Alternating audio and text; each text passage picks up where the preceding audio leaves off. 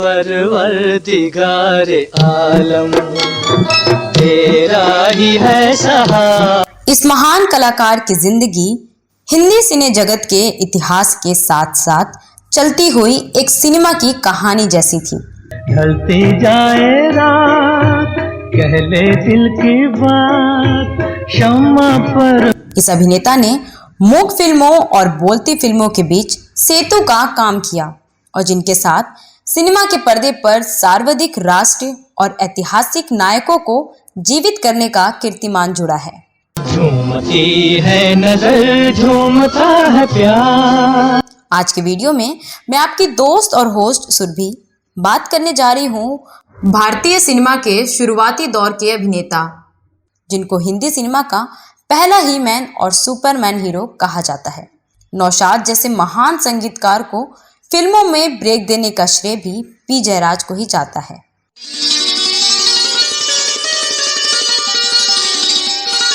दोस्तों, पी जयराज ने सिने जगत में लगभग 70 वर्ष गुजारे।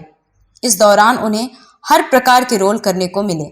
उन्होंने मूक फिल्मों के डमी स्टंटमैन से लेकर धार्मिक, सामाजिक, देवमलाई और ऐतिहासिक फिल्मों के हीरो की भूमिकाएं पूरे आत्मविश्वास से निभाई और लोकप्रियता का एक नया कीर्तिमान स्थापित किया। उनका कद 6 फुट से भी अधिक था और वह हिंदी सिनेमा के पहले ही मैन और सुपरमैन हीरो कहे जाते थे। पी जयराज 19 वर्ष की आयु में ही फिल्म उद्योग में आ गए थे और 91 वर्ष की आयु तक कला की सेवा में सक्रिय रहे। पी जयराज 28 सितंबर 1909 को निजाम के स्टेट हैदराबाद के करीम नगर में एक रोशन ख्याल और सभ्य परिवार में पैदा हुए थे। उनकी आरंभिक शिक्षा ऋषि वैली स्कूल में हुई, जहां वो क्लास में हमेशा पिछली सीट पर बैठा करते थे। इसके बाद उन्होंने निजाम कॉलेज में दाखिला ले लिया, जहां उन्हें अंग्रेज लेखक विलियम शेक्सपियर के नाटकों में भाग लेने के अवसर मिले। जिंदगी है तो हसीनों का सलाम आएगा, जिंदगी है तो हसीनों का। निजाम कॉलेज में छात्रावस्था से ही उन्हें फिल्में देखने का चस्का लग गया था। देश की विख्यात कवयित्री और स्वतंत्रता सेनानी सरोजनी नायडू रिश्ते में उनकी मौसी लगती थी। उनके पिता कलकत्ता में PWD में अकाउंटेंट के पद पर कार्यरत थे, जो कि रिटायर होने के बाद हैदराबाद में आकर बस गए थे। बड़े भाई सुंदरराज इंजीनियर थे और मंझले भाई दीनदयाल आर्टिस्ट थे। जयराज तीनों में सबसे छोटे थे।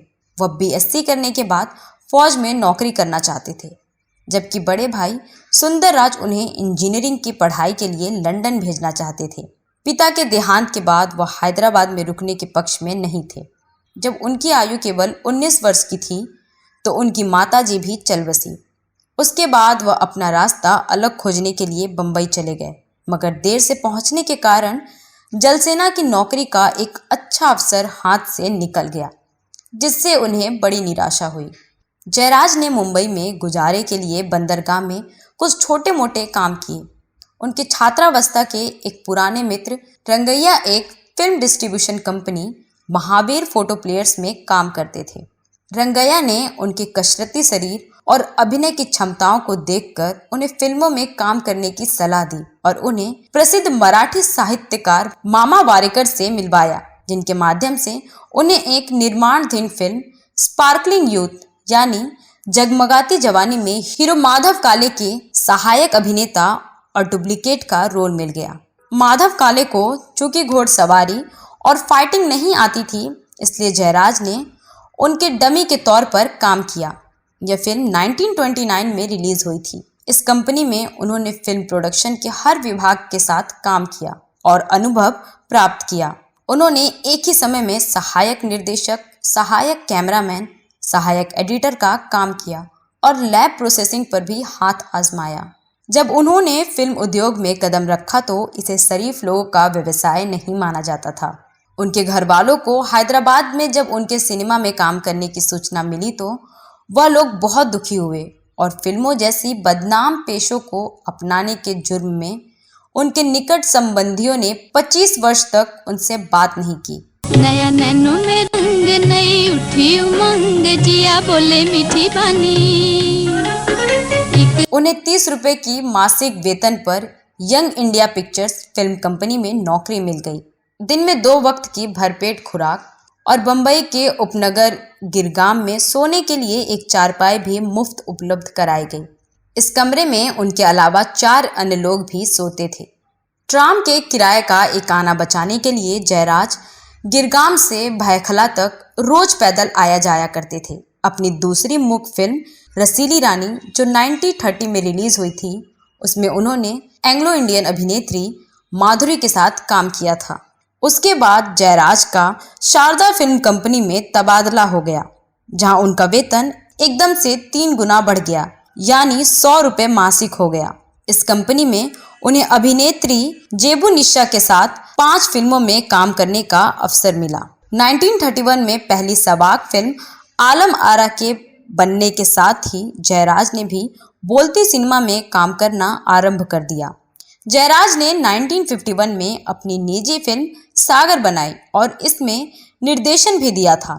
इस फिल्म के लिए जयराज ने अपने जीवन की कुल जमा पूंजी दांव पर लगा दी थी, मगर यह फिल्म बुरी तरह से पिट गई और उन्हें उस समय के 2 लाख रुपए का नुकसान उठाना पड़ा, जिससे बाहर निकलने में उन्हें 9 वर्ष का समय लग गया। उधार के भंवर में फंसकर उन्हें अपना प्रिय और अमूल्य दफ्तर भी बेचना पड़ गया। उन्होंने 1956 की फिल्म हातिम ताई में भी काम किया। इस फिल्म के लिए मोहम्मद रफ़ी का गाया गाना काफ़ी लोकप्रिय हुआ। इसका संगीत दिया था एस.एन. त्रिपाठी ने। नूह का सफीना तूने तूफान से बचाया। 50 और 60 के दशक जयराज के लिए बहुत भाग्यशाली सिद्ध हुए, जिनमें उन्होंने हीरो और विलन के रूप में कई आलीशान फिल्मों में काम किया। उन्होंने 3 अंतर्राष्ट्रीय फिल्मों यानी ख्वाजा अहमद अब्बास की रूसी सहयोग से बनी फिल्म परदेसी, हॉलीवुड की कंपनी MGM की फिल्म माया और 20th सेंचुरी फॉक्स की फिल्म 9 आवर्स टू रामा में अपने अभिनय का जौहर दिखाया।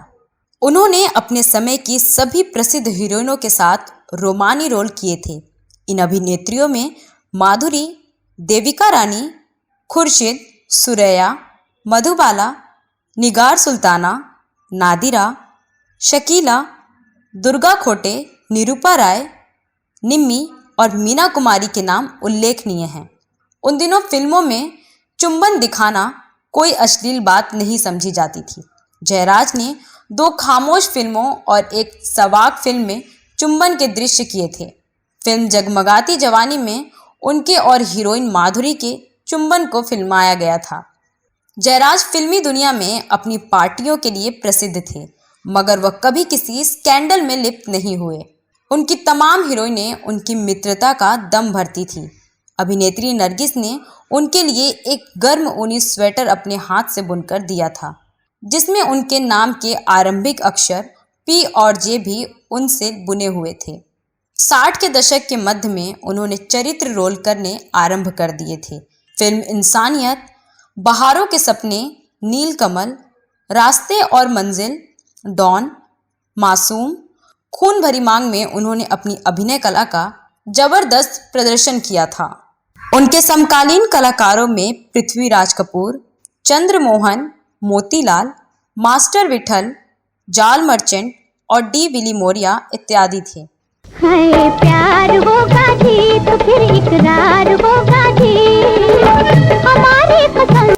1939 में पृथ्वीराज कपूर के पिता बरेसर नाथ ने जयराज का विवाह दिल्ली के एक सम्मानित पंजाबी परिवार की लड़की से तय करा दिया था और यह शादी दोनों परिवारों की सहमति से हुई थी। राज कपूर के लिए वह एक सहानुभूतिपूर्ण मित्र, फिलोसोफर और गाइड सभी कुछ थे।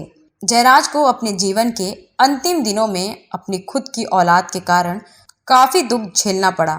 उनके बेटे दिलीप राज ने अपना व्यवसाय शुरू करने के लिए बम्बई तथा आसपास में जयराज की जो जायदाद थी उन सब को बिकवा दी। 1985 में दिलीप राज ने अपनी नई व्यावसायिक योजना के लिए पिता से एक मोटी रकम मांगी। जयराज को यह स्कीम मूर्खतापूर्ण लगी तो उन्होंने पूंजी निवेश से इनकार कर दिया। इस पर बेटे ने कलयुगी बेटे का प्रमाण देते हुए उनकी हॉकी स्टिक से पिटाई करने की धमकी दी। जयराज ने अपने मित्रों की सहायता से उन्हें घर से बाहर निकलवा दिया, मगर बेटे को घर से अलग करना भी उन्हें काफी महंगा पड़ा, क्योंकि उन्हें बेटे को रहने के लिए एक फ्लैट खरीद कर देना पड़ा और खर्चे के लिए उचित मासिक रकम भी नियत करनी पड़ी। जयराज की पत्नी 1999 में कैंसर की बीमारी से चल बसी, जिसके बाद दिलीप राज का स्वभाव और भी आक्रामक हो गया। वह अपनी पत्नी और बच्चों के साथ दनदनाते हुए आया और पाली हिल के फ्लैट पर कब्जा जमा लिया। साथ ही पिता पर कई प्रकार की पाबंदियां भी लगा दी, जैसे कि वह टेलीफोन को हाथ नहीं लगा सकते थे, अपने किसी मित्र को घर नहीं बुला सकते थे। इस घटना के फौरन बाद जयराज को हाउसिंग सोसाइटी का नोटिस मिला कि उनके पुत्र ने मकान के स्वामित्व का दावा किया है, क्योंकि उनकी माता ने निधन से पहले अपनी सब जायदाद बेटे के नाम वसीयत कर दी थी। बेटे की इस हरकत से जयराज की सहन शक्ति जवाब दे गई। उन्होंने अदालत में मुकदमा दायर कर दिया कि मेरे जीते जी मेरा बेटा मुझे जायदाद से बेदखल नहीं कर सकता। बंबई के सेशन कोर्ट ने मुकदमे का फैसला सुना दिया कि दिलीप राज को 3 दिन के अंदर पिता का फ्लैट खाली करना होगा। फिर भी यदि वो चाहे तो रोज 5 से 6 बजे के दरमियान आकर पिता से मिल सकते हैं। इस प्रकार जयराज को इस रोज रोज के जंजाल से छुट्टी मिली। जयराज के दूसरे बेटे जय तिलक इंजीनियर बनकर अमेरिका के शहर शिकागो में जाकर बस गए हैं। जयराज की चारों बेटियां फिल्मों के वातावरण से दूर बंबई से बाहर ब्याही गई हैं। उन्होंने लगभग 300 फीचर फिल्मों में काम किया, जिनमें से 150 फिल्मों में हीरो का रोल किया था। हीरो के तौर पर उनकी अंतिम फिल्म मुजरिम कौन खूनी कौन थी। 1980 में भारत सरकार ने भारतीय सिनेमा के अमूल्य सेवाओं के लिए उन्हें 1982 में दादा साहेब फाल्के पुरस्कार से सम्मानित किया था। 50 के दशक में पी जयराज को लाइफ टाइम अचीवमेंट अवार्ड से नवाजा गया। पत्नी सावित्री के निधन के बाद वह भी दुखी रहने लगे थे। पत्नी के निधन के मात्र 1 साल बाद वह भी 11 अगस्त 2000 को 91 वर्ष की आयु में परलोक सिधार गए। उनके निधन के अगले दिन लेखक शशिकांत कौनिकर की लिखी उनकी जीवनी जीवानाची भारती ओहोती का विमोचन समारोह होना था, जो कि उनकी अनुपस्थिति में हुए।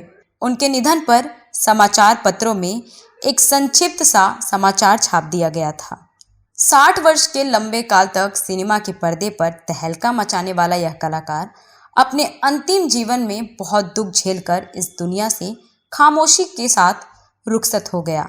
उनके निधन से हिंदी सिने संसार का मूक फिल्मों से आज तक का मानो एक सेतु ही टूटकर अदृश्य हो गया। तो दोस्तों, आप भारतीय सिनेमा के आरंभिक दौर के इस महान अभिनेता के बारे में क्या कहना चाहते हैं? अगर आपके पास पी जयराज के बारे में कोई और अतिरिक्त जानकारी है तो कमेंट बॉक्स में अवश्य लिखें। ये वीडियो कैसा लगा ज़रूर बताएं। अगली वीडियो में मैं फिर फिल्मों और फिल्मी हस्तियों के बारे में जानी अनजानी जानकारियां लेकर हाजिर हो जाऊंगी। तब तक के लिए नमस्कार।